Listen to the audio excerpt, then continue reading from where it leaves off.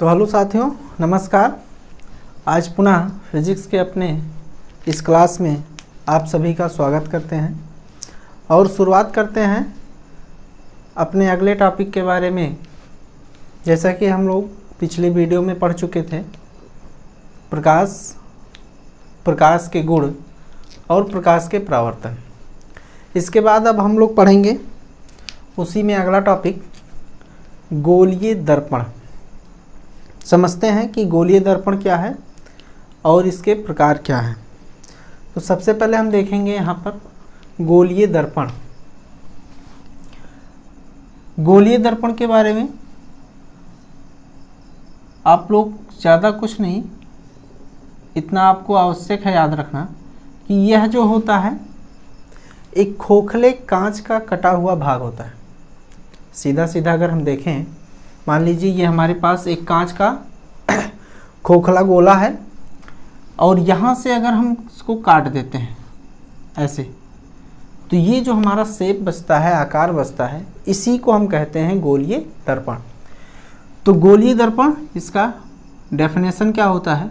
गोलीय दर्पण एक खोखले कांच का कटा हुआ भाग होता है जिसमें दो पृष्ठ होते हैं। यहाँ पर हम देखेंगे एक भाग ये है और एक भाग ये है। इन दोनों भाग में दो दो पृष्ठ हैं। तो यहाँ पे हम देख सकते हैं ये पृष्ठ हमारा उभरा हुआ है, तो इसको हम कहेंगे उभरा हुआ पृष्ठ। और यह हमारा पृष्ठ कैसा है? दबा हुआ है, इसको कहेंगे दबा हुआ पृष्ठ। और इसको हम कहते हैं, दूसरे नाम से भी बुलाते हैं इसको, उभरे हुए पृष्ठ को हम कहते हैं बाहरी पृष्ठ। इसी को हम कहते हैं बाहरी पृष्ठ, या ये जो दबा हुआ पृष्ठ है इसको हम कहते हैं आंतरिक पृष्ठ। आंतरिक पृष्ठ। और इसका नाम है, जैसे दबे हुए पृष्ठ को हम यहाँ पे एक नाम देते हैं जिसका नाम है अवतल पृष्ठ, और इसको कहते हैं हम उत्तल पृष्ठ। चीज़ें वही हैं, बशर्ते इनके अलग अलग नाम हैं। हम यहाँ पे देख सकते हैं उभरा हुआ पृष्ठ कहें, या फिर हम बाहरी पृष्ठ कहें, या फिर हम उसको उत्तल पृष्ठ कह सकते हैं। दबा हुआ पृष्ठ कहें, या उसको हम आंतरिक पृष्ठ कहें, या फिर हम अवतल पृष्ठ कहें। तो गोलीय दर्पण क्या है? गोलीय दर्पण खोखले कांच का एक कटा हुआ भाग है जिसके दो पृष्ठ हैं, एक उत्तल पृष्ठ और एक अवतल पृष्ठ, या फिर हम इसमें कहें एक बाहरी पृष्ठ या एक आंतरिक पृष्ठ। बाहरी पृष्ठ उभरा हुआ होता है और आंतरिक पृष्ठ दबा हुआ होता है। या बाहरी पृष्ठ को हम उत्तल पृष्ठ कहते हैं और आंतरिक पृष्ठ को हम अवतल पृष्ठ कहते हैं। तो चलिए हम यहाँ पर देखते हैं कि इसका डेफिनेशन क्या होता है। तो सबसे पहले हम देखेंगे डेफिनेशन। गोलीय दर्पण। गोलीय दर्पण, स्फेरिकल मिरर। Spherical mirror. तो गोलीय दर्पण क्या है? गोलीय दर्पण खोखले कांच का एक कटा हुआ भाग है जिसके दो पृष्ठ हैं। तो यहाँ पे लिखेंगे डेफिनेशन। गोलीय दर्पण, गोलीय दर्पण कांच का कटा हुआ, कांच का कटा हुआ एक भाग है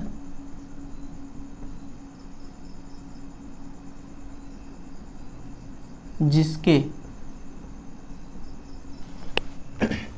गोलीय दर्पण कांच का कटा हुआ एक भाग है जिसके दो पृष्ठ होते हैं, जिसके दो पृष्ठ होते हैं।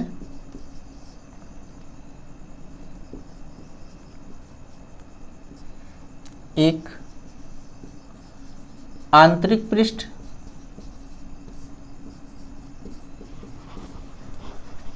जिसे हम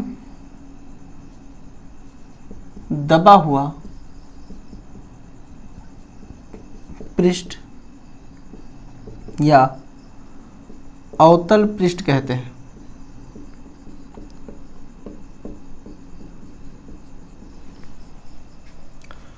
तथा दूसरा बाहरी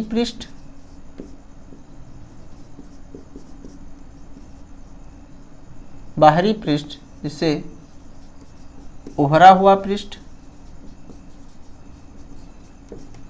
या हम उसे उत्तल पृष्ठ के नाम से भी जानते हैं, उत्तल पृष्ठ कहते हैं। तो गोलीय दर्पण क्या है? गोलीय दर्पण एक कांच का कटा हुआ भाग है जिसमें दो पृष्ठ हैं, एक उत्तल पृष्ठ और एक अवतल पृष्ठ, या फिर हम कह लें एक बाहरी पृष्ठ और एक आंतरिक पृष्ठ। बाहरी पृष्ठ आपका उभरा हुआ होता है, आंतरिक पृष्ठ आपका दबा हुआ होता है। इसके बाद हम देखते हैं गोलीय दर्पण के प्रकार।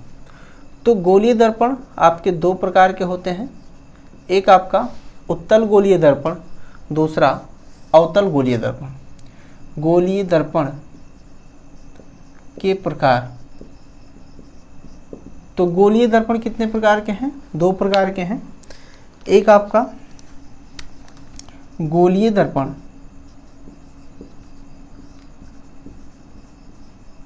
दो प्रकार के हैं।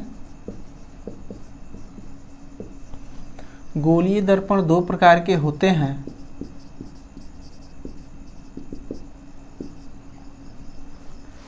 नंबर एक, उत्तल गोलीय दर्पण।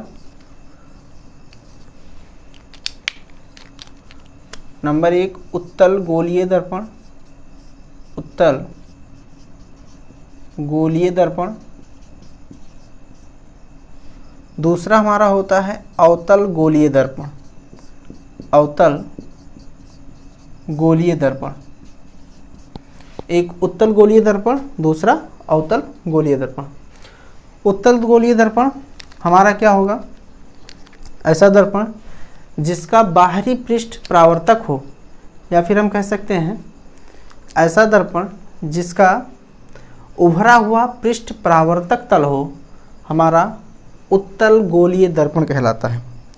तो सीधा सीधा अगर हम देखना चाहें तो यहाँ पे देख सकते हैं, उत्तल गोलीय दर्पण क्या होगा? जिसका ऐसा दर्पण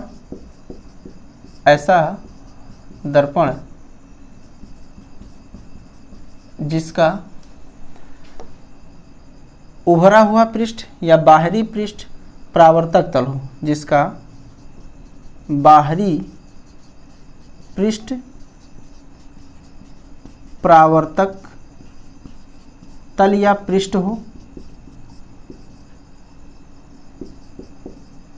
उत्तल गोलीय दर्पण कहते हैं।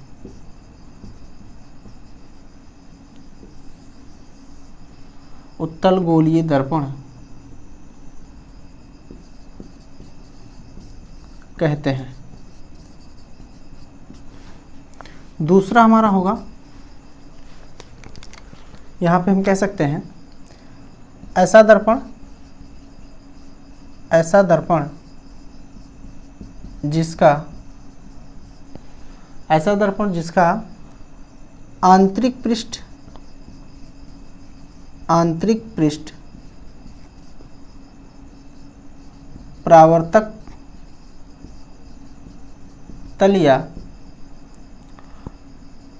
परावर्तक तल, जिसे हम पृष्ठ भी कहते हैं, हो, अवतल गोलीय दर्पण कहलाता है। अवतल गोलीय दर्पण कहलाता है।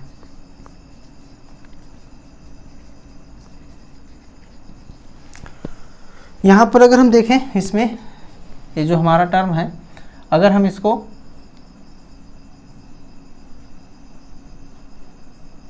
उत्तल गोलीय दर्पण बनाना चाहें तो हम क्या करेंगे?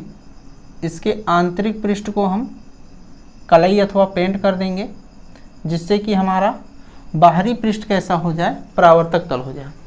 तो हम यहाँ पर देखेंगे, जैसे हमारा होता क्या है, यदि आंतरिक पृष्ठ हमारा कलई अथवा पेंट हो और बाहरी पृष्ठ हमारा कैसा हो, परावर्तक तल हो, तो दर्पण क्या होगा हमारा, उत्तल गोलीय दर्पण। अगर हम यहाँ पर देखते हैं कि इस गोलीय दर्पण का हम बाहरी पृष्ठ क्या करते हैं, कलई अथवा पेंट कर देते हैं, तो हमारा आंतरिक पृष्ठ इसमें जो होगा वो परावर्तक तल बचेगा। तो यहाँ से ये हमारा जो बन जाएगा वो अवतल गोलीय दर्पण हो जाएगा। अगर हम इसमें क्या करते हैं, बाहरी पृष्ठ को कलई कर दें इस तरीके से, तो ये जो हमारा मिरर होगा ये हो जाएगा हमारा अवतल गोलीय दर्पण। अवतल गोलीय दर्पण क्यों है, क्योंकि इसका जो है आंतरिक भाग परावर्तक तल है और इस ये जो हमारा हो जाएगा ये उत्तल गोलीय दर्पण होगा। उत्तल गोलीय दर्पण क्यों होगा, क्योंकि इसका जो है हमारा बाहरी भाग परावर्तक तल है। इसके बाद हम समझते हैं, हमारा हो गया गोलीय दर्पण और गोलीय दर्पण के प्रकार। इसके बाद हम पढ़ेंगे जो है अगला टॉपिक, दर्पण से संबंधित कुछ परिभाषाएं। जैसा कि अभी हम लोगों ने पढ़ा कि गोलीय दर्पण क्या है, उसके प्रकार क्या हैं। इसके बाद हम लोग समझेंगे गोलीय दर्पण से संबंधित कुछ परिभाषाएं। तो चलिए बात करते हैं। तो सबसे पहले हम देखते हैं, यहाँ पर कुछ दर्पण बना लेते हैं। ये हमारे पास एक मिरर है,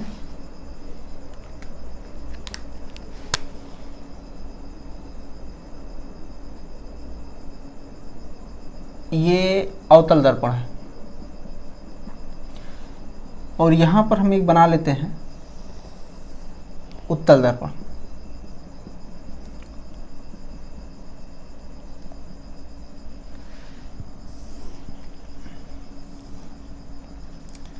सभी पॉइंट्स को हम यहाँ पर डिफाइन करते हैं। तो सबसे पहले हम यहाँ पर देखेंगे जो हमारा होगा क्या, वक्रता केंद्र। सबसे पहले जो हम देखते हैं दर्पण से संबंधित जो परिभाषाएं हैं, उसमें सबसे पहला परिभाषा हम देखेंगे वक्रता केंद्र। वक्रता केंद्र क्या होता है, तो चलिए देखते हैं टॉपिक क्या है हमारा। गोलीय दर्पण से संबंधित, गोलीय दर्पण से संबंधित कुछ परिभाषाएं या गोलीय दर्पण से संबंधित परिभाषाएं।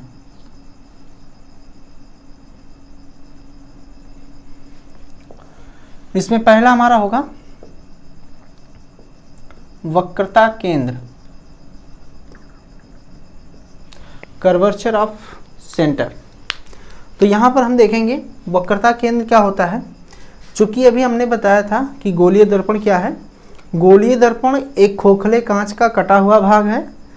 तो यहाँ पे हम कह सकते हैं वक्रता केंद्र के लिए कि गोलीय दर्पण जिस खोखले कांच का कटा हुआ भाग है उसका केंद्र दर्पण का वक्रता केंद्र कहलाता है। अगर हम इस पूरे टर्म को कंप्लीट करें तो कुछ हमारा जो है ऐसे शेप होगा, उसका अपना एक सेंटर होगा। चूँकि हमने इसको काट करके बनाया है तो जो सेंटर उस खोखले कांच का रहा होगा उसी सेंटर या उसी केंद्र को हम दर्पण का वक्रता केंद्र कहते हैं। तो यहाँ पे हम लिखेंगे डेफिनेशन, दर्पण जिस खोखले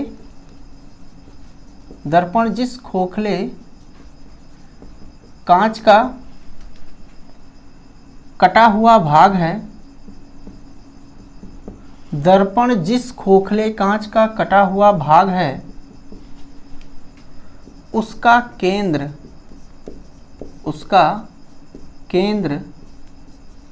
दर्पण का वक्रता केंद्र कहलाता है। दर्पण का वक्रता केंद्र कहलाता है। इसे कैपिटल सी से प्रदर्शित करते हैं, कैपिटल सी से प्रदर्शित करते हैं। दर्पण जिस खोखले कांच का कटा हुआ भाग होता है उसके केंद्र को हम दर्पण का वक्रता केंद्र कहते हैं और इसे हम कैपिटल C से प्रदर्शित करते हैं। तो ये हमारा होगा वक्रता केंद्र, जिसको हम कैपिटल C से प्रदर्शित करेंगे। इसको लिखेंगे ये वक्रता केंद्र। इसमें हमारा यहाँ होगा वक्रता केंद्र। तो यहाँ पर हम देख सकते हैं, इसको यहाँ लिखते हैं वक्रता केंद्र। तो यहाँ पर हम देखेंगे जो अवतल दर्पण है, अवतल दर्पण में जो वक्रता केंद्र है वो परावर्तक तल की दिशा में है। यहाँ पे अगर हम देखें जो अवतल दर्पण है, ये हमारे पास अवतल दर्पण है, इसमें जो हमारा वक्रता केंद्र है ये परावर्तक पृष्ठ की तरफ है। यहाँ पर ये परावर्तक पृष्ठ है और ये कलई वाला पृष्ठ है, जिसको हम कलई अथवा पेंट कहते हैं। तो ये कलई वाला पृष्ठ है और ये हमारे पास क्या है, परावर्तक तल है। तो परावर्तक तल की दिशा में हमारा वक्रता केंद्र है। किस दर्पण में? अवतल दर्पण में। उत्तल दर्पण में क्या है, जस्ट इसका अपोजिट। यहाँ पर जिधर कलई हुआ है या पेंट हुआ है उस तरफ हमारा क्या है, वक्रता केंद्र है। और समझते हैं इसका दूसरा पॉइंट, हम वक्रता त्रिज्या की बात करेंगे। वक्रता त्रिज्या, तो वक्रता त्रिज्या इसको भी ऐसे ही डिफाइन कर सकते हैं। क्या होता है, दर्पण जिस खोखले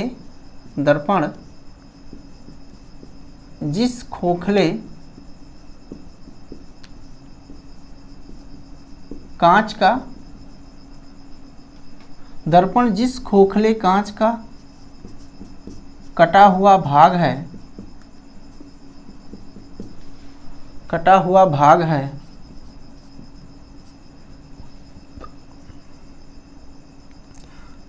उसे दर्पण का वक्रता त्रिज्या कहते हैं। या फिर हम ऐसे कह लें, दर्पण जिस खोखले कांच का कटा हुआ भाग है उसकी त्रिज्या को दर्पण का वक्रता त्रिज्या कहते हैं। दर्पण का वक्रता त्रिज्या कहते हैं। इसे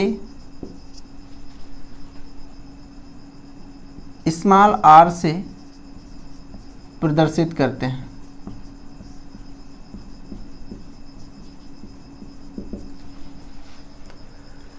इसके बाद हम देखेंगे दर्पण का ध्रुव, जिसको हम कहते हैं पोल।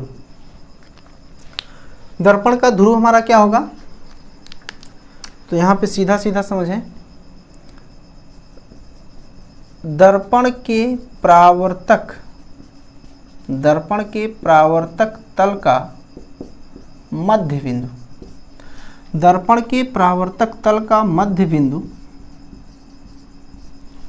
ये जो दर्पण है इस दर्पण के परावर्तक तल, यहाँ से लेके ये पूरे जो हैं इसके परावर्तक तल हैं, यहाँ से लेके यहाँ तक ये इसके परावर्तक तल हैं। तो इस परावर्तक तल का जो मध्य बिंदु होगा उसी मध्य बिंदु को हम क्या कहेंगे, पोल, ध्रुव। इसमें भी जो आपका मध्य बिंदु होगा उसी मध्य बिंदु को हम क्या कहेंगे, पोल या ध्रुव। ये तो यहाँ पर हम कहेंगे दर्पण के परावर्तक तल का मध्य बिंदु दर्पण का ध्रुव कहलाता है। तो यहाँ पे हम देखेंगे दर्पण के परावर्तक तल का मध्य बिंदु दर्पण का ध्रुव कहलाता है। दर्पण के परावर्तक तल का मध्य बिंदु दर्पण का ध्रुव कहलाता है। इसे कैपिटल P से प्रदर्शित करते हैं। इसे कैपिटल P से प्रदर्शित करते हैं। इसके आगे देखें हम, तो बात करेंगे हम, देखिए ये हमारा हो गया ध्रुव। ये हो गया हमारा वक्रता केंद्र, यहाँ से यहाँ तक हमारा हो गया वक्रता त्रिज्या। तो यहाँ से भी हम डिफाइन कर सकते हैं, तो कह सकते हैं यहाँ पे ध्रुव और वक्रता केंद्र की बीच की दूरी, ऐसे सीधा सीधा ध्रुव और वक्रता केंद्र की बीच की दूरी त्रिज्या कहलाती है। लेकिन यहाँ पर ये हमारा कोई सुटेबल डेफिनेशन नहीं है, क्योंकि हमारा वक्रता त्रिज्या यहाँ से भी हो सकता है, यहाँ से भी हो सकता है, कहीं से भी हो सकता है। इसीलिए हम यहाँ पे जो डेफिनेशन देते हैं वो यही देते हैं कि जिस खोखले कांच का दर्पण भाग है उसकी त्रिज्या को हम दर्पण की वक्रता त्रिज्या कहते हैं। वैसे त्रिज्या यहाँ पे हमारा ये भी हो सकता है, लेकिन डेफिनेशन में हम यही यूज करते हैं। इसके बाद हम देखेंगे फोकस तल। तो सबसे पहले हम देख लेते हैं फोकस तल क्या होता है, या हम कहते हैं सबसे पहले देखेंगे द्वारक, दर्पण का द्वारक, दर्पण का द्वारक। तो दर्पण का द्वारक क्या होता है? दर्पण का परावर्तक तल, दर्पण के यहाँ पे देखें, दर्पण के परावर्तक तल का व्यास यहाँ से लेके ये पूरी लंबाई, यहाँ से ये पूरी लंबाई, ये क्या होगा? दर्पण का व्यास होगा। तो यहाँ पे हम कहेंगे दर्पण का द्वारक होगा। तो दर्पण के परावर्तक, दर्पण के परावर्तक तल, दर्पण के परावर्तक तल का व्यास, दर्पण के परावर्तक तल का व्यास दर्पण का द्वारक कहलाता है, द्वारक कहलाता है।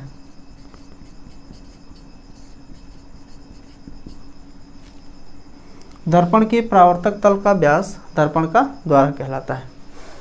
इसके बाद अगर हम देखें तो हम देखेंगे दर्पण का फोकस बिंदु, या हम सीधा सीधा कहें फोकस बिंदु या मुख्य फोकस बिंदु, कुछ भी कहें, चीज़ें एक ही हैं। तो यहाँ पर हम देखेंगे फोकस बिंदु।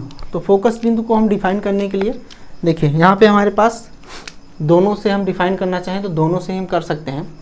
होता क्या है, हम यहाँ पे कहेंगे दर्पण के मुख्य अक्ष के समांतर, एक टॉपिक यहाँ बचा हुआ मुख्य अक्ष। तो सबसे पहले हम मुख्य अक्ष देख लेते हैं। तो देखेंगे सबसे पहले मुख्य अक्ष, मुख्य अक्ष प्रिंसिपल एक्सिस। होता क्या है, दर्पण की ध्रुव और वक्रता केंद्र से होकर जाने वाली रेखा, दर्पण के ध्रुव और वक्रता केंद्र से होकर जाने वाली रेखा, दर्पण के ध्रुव तथा वक्रता केंद्र से होकर जाने वाली रेखा दर्पण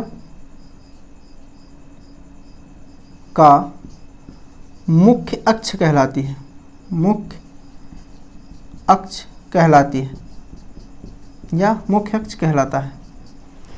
दर्पण के ये ध्रुव और फोकस से ये जो लाइन जा रही है, इस लाइन को हम कहते हैं क्या? मुख्य अक्ष।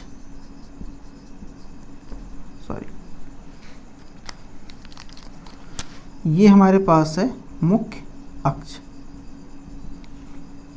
ये हमारे पास ध्रुव है, ये वक्रता केंद्र है, और ये जो हमारा है दर्पण का द्वारक। ये दर्पण का द्वारक, वक्रता केंद्र, ये ध्रुव है, और ये हमारे पास मुख्य अक्ष है, ये प्रिंसिपल एक्सिस। इसके बाद हम देखेंगे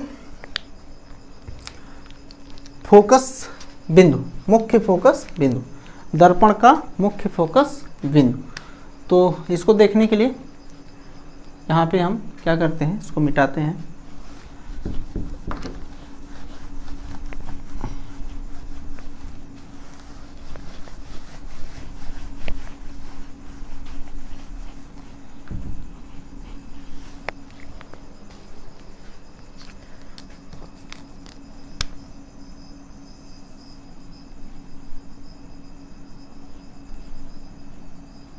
देखिए, दर्पण के मुख्य अक्ष के समांतर, यहाँ पे हम डेफिनेशन देंगे इसका। तो दर्पण के मुख्य अक्ष के समांतर आने वाली किरणें, दर्पण के मुख्य अक्ष के समांतर आने वाली किरणें दर्पण से परावर्तन के पश्चात जिस बिंदु पर मिलती हैं अथवा मिलती हुई प्रतीत होती हैं या जिस बिंदु से होकर आती हैं, सीधा सीधा हम डिफाइन करना चाहें तो ऐसे कह सकते हैं, दर्पण के मुख्य अक्ष के समांतर आने वाली किरणें दर्पण से परावर्तन के पश्चात मुख्य अक्ष के जिस बिंदु पर मिलती हैं अथवा जिस बिंदु से आती हुई प्रतीत होती हैं, उस बिंदु को हम दर्पण का मुख्य फोकस बिंदु कहते हैं। इस तरीके से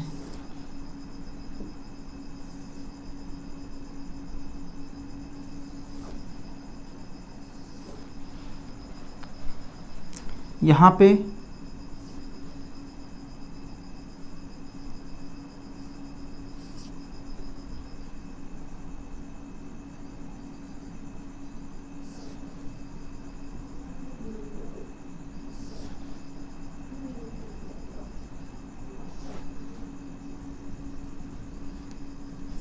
ये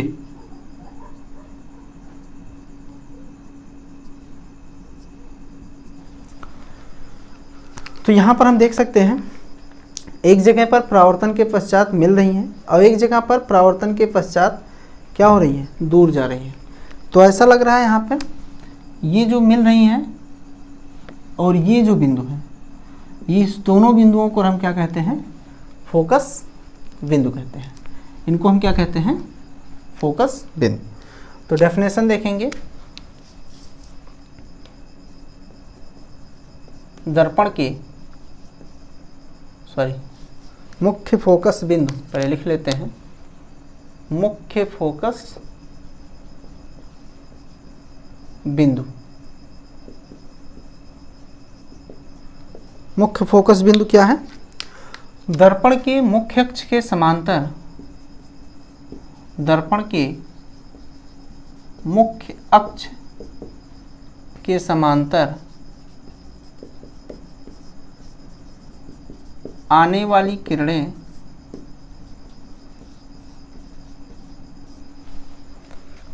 परावर्तन के पश्चात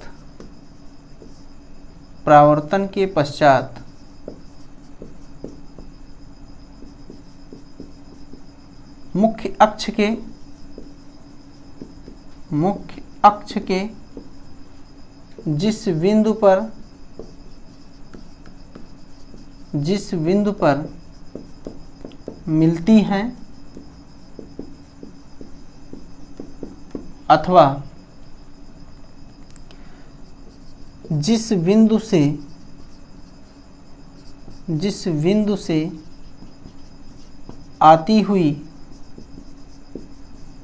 प्रतीत होती हैं, उसे दर्पण का मुख्य फोकस बिंदु कहते हैं। दर्पण का मुख्य फोकस बिंदु कहते हैं। इसे कैपिटल F से प्रदर्शित करते हैं।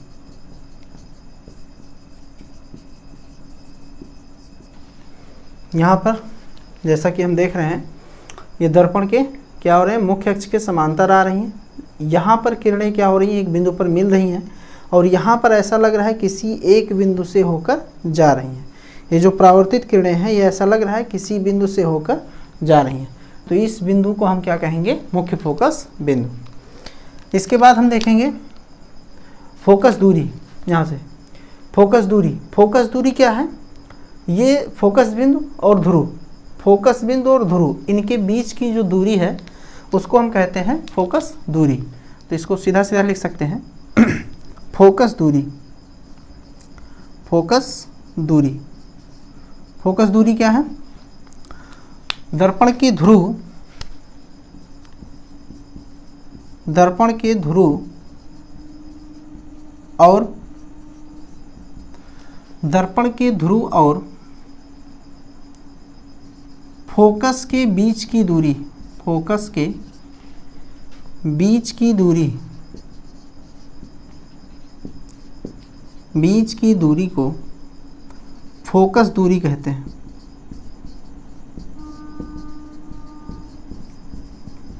फोकस दूरी कहते हैं। इसे स्मॉल एफ से प्रदर्शित करते हैं। इसे स्मॉल एफ से प्रदर्शित करते हैं।